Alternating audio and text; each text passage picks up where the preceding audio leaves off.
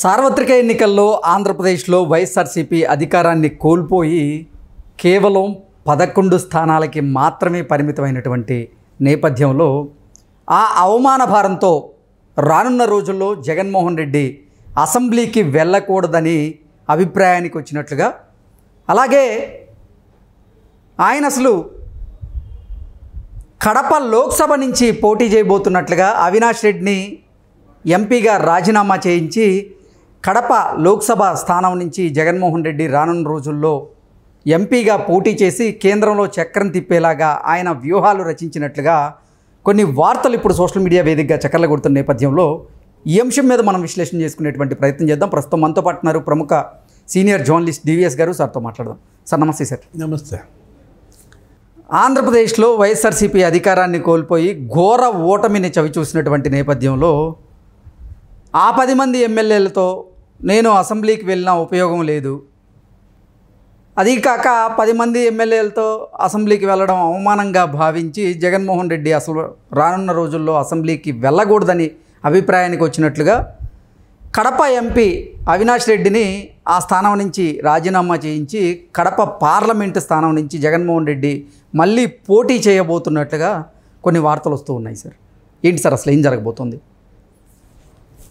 తింగర బుచ్చి తెలుసా? అంటే తింగరోడు అని కూడా అంటుంటారు. తిక్కలోడు కాదు, తింగరోడు వేరు, తిక్కలోడు వేరు. తిక్కలోడు అంటే తిక్కలోడు తిరణాలకి వెళ్తే ఎక్కాదిగా ఏదో అంటుంటారు, అది కాదు. తింగరోడు ఏంటంటే అతను అసలు ఎప్పుడు ఎలా ఆలోచిస్తాడో తెలియని పరిస్థితి. ఎడ్డం అంటే తెడ్డం. ఊరంతా ఒక దారి అయితే ఉలిపి కట్టిది ఒక దారి. ఇప్పుడు అందరూ ఆలోచించే విధంగా నేను ఎందుకు ఆలోచించాలా? డిఫరెంట్. అసలు అది అది హైబ్రిడ్ పీస్. ఏదో భానుమతి ఏదో సినిమా, అది సినిమాలో హైబ్రిడ్ పీస్ కాదు, అది రేర్ పీస్ అన్నమాట. ఓకే. ఇప్పుడు సరే, ఇప్పుడు ఎందుకు మనం పక్కకి వెళ్ళాం, దాని గురించి కాదు.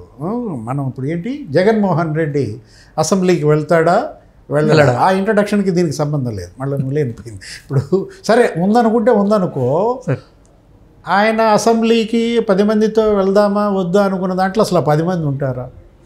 ఎగ్జాక్ట్లీ. ఆ 10 మందిలో ఆల్రెడీ 7-8 మంది మాట్లాడేసుకున్న పరిస్థితుల్లో ఉన్న ఆ ముగ్గురు, అటు పెద్దిరెడ్డి రామచంద్రారెడ్డి, ఇటు పెద్దిరెడ్డి ద్వారకానాథ్ రెడ్డి, మధ్యలో జగన్మోహన్ రెడ్డి, అంతే.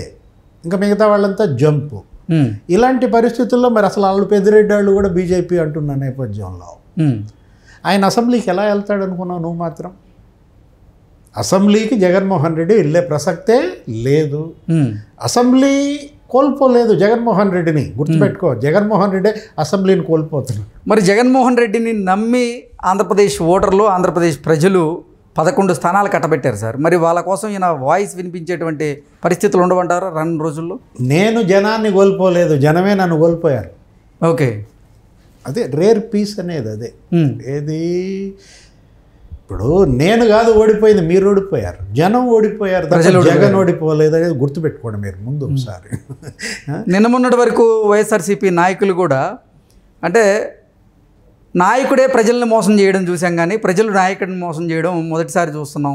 మొన్న జరిగిన సార్వత్రిక ఎన్నికల్లో ఆంధ్రప్రదేశ్లో అదే జరిగింది అనే ఉద్దేశం వచ్చేలాగా వాళ్ళ వ్యాఖ్యలు కూడా ఉన్నాయి. అంటే డిఫరెంట్ పీస్ అన్నది అందుకే, రేర్ పీస్ అనేది అందుకే. ఇది రేర్ పార్టీ అనమాట. ఇలాంటి రాజకీయ పార్టీ మనం ఇప్పుడు చూడలేదు.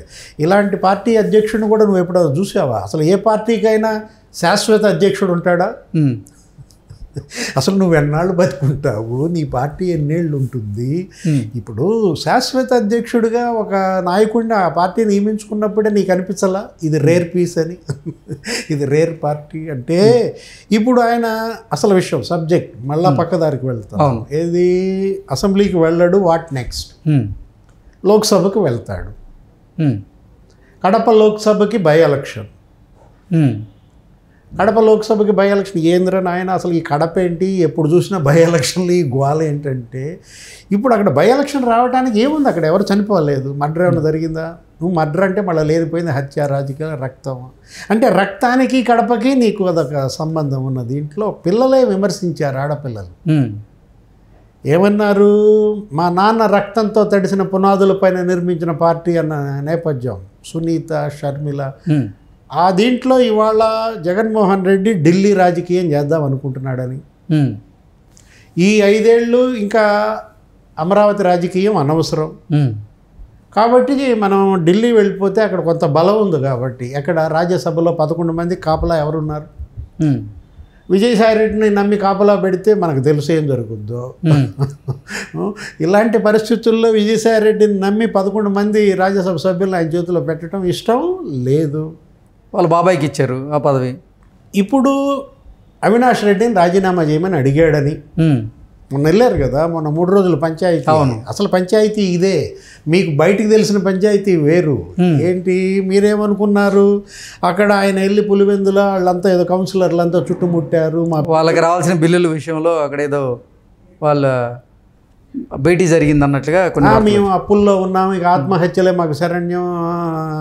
అటు అది ఉంది కదా పాడ, పులివెందుల డెవలప్మెంట్ అథారిటీ, దాని తాలూకు 400 కోట్లు, ఒకటి 200 కోట్లు ఇతర వర్క్స్, మొత్తం 600 కోట్లకు పైగా. 600 కాదు, ఇంకో 600 ఉంది. ఏది మన దీనిలో జల్ జీవన్ కింద చేసిన దాంట్లో, అటు డ్రింకింగ్ వాటర్కి సంబంధించి ఇంకో 600 1200 కోట్లు నీకు అక్కడే ఆ 2, 3, 4 బిల్లుల్లోనే ఉన్న నేపథ్యంలో మరి సూయిసైడ్ తప్పదని వాళ్ళు అన్నట్టుగా జగన్మోహన్ రెడ్డి నాకు సంబంధం లేదు, ఇప్పటికే నేను మీకు బోల్డ్ చేశాను మా అవినాష్ రెడ్డి ఉన్నాడు కదా అని ఆయన వైపు చూపించినట్టు, అవినాష్ కంగారు పడి నన్నేదో వీళ్ళతో కొట్టించి ఏర్పాటు చేస్తున్నాడు, నాకు ఇప్పుడు దుప్పటి ముసిగేస్తే పరిస్థితి ఏంటి అన్నట్టుగా అతను.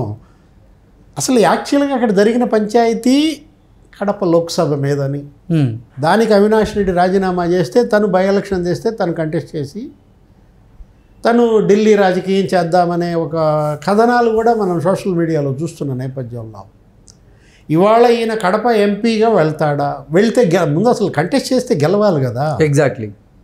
ఇప్పుడు కడప ఇంతకుముందు కడపలాగా లేదు, ఇంతకుముందు కడప వేరు.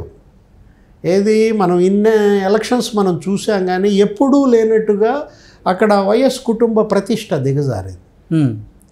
ఏంటి వివేకానంద రెడ్డి హత్య ఇవాళ ఆయన మెజారిటీని నీకు 5 లక్షల మెజారిటీ నుంచి ఇవాళ 60,000కి తగ్గించేసింది. అవినాష్ రెడ్డికి మొన్న మెజారిటీ ఎంత వచ్చింది? 60,000 కదా. 60,000 మెజారిటీతో నీకు బొటాబొట్టి బయటపడ్డాడు.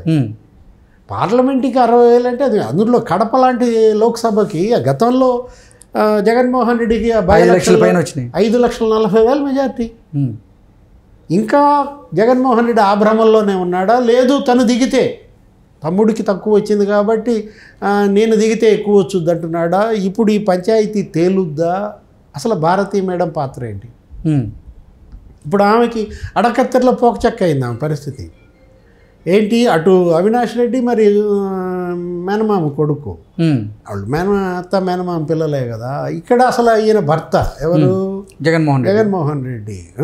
ఇప్పుడు రెండింటి మధ్య నలిగిపోయే పరిస్థితి ఆమెనమాట. ఇప్పుడు అవినాష్కి చెప్పలేదు, జగన్మోహన్ రెడ్డికి మరి ఇతను వినే పరిస్థితిలో లేడు. కాబట్టి ఈ జగన్మోహన్ రెడ్డి అవినాష్ రెడ్డి పంచాయతీ ఎవరు తెలుస్తారు? అక్కడ ఇంకో విషయం, అవినాష్ రెడ్డితో పెట్టుకుంటే ఆషామాషి కాదు. ఓకే, అవినాష్ రెడ్డితో పెట్టుకుంటే వివేకానంద రెడ్డి ఏమయ్యారు? బాత్రూమ్, నీకు బాబాయ్ బాత్రూమ్ గుర్తుంది కదా. ఇప్పుడు కడప లోక్సభ కోసమే ఆ హత్య జరిగిందని సిబిఐ నిర్ధారించినది. సిబిఐ ఛార్జ్షీట్ల దీంట్లో రాజకీయ ఆధిపత్యం కోసం అక్కడ మనుషులను చంపేటటువంటి విపత్కర పరిస్థితులు ఉన్నప్పుడు మళ్ళా కొరివితో తలగొక్కుంటాడా జగన్మోహన్ రెడ్డి?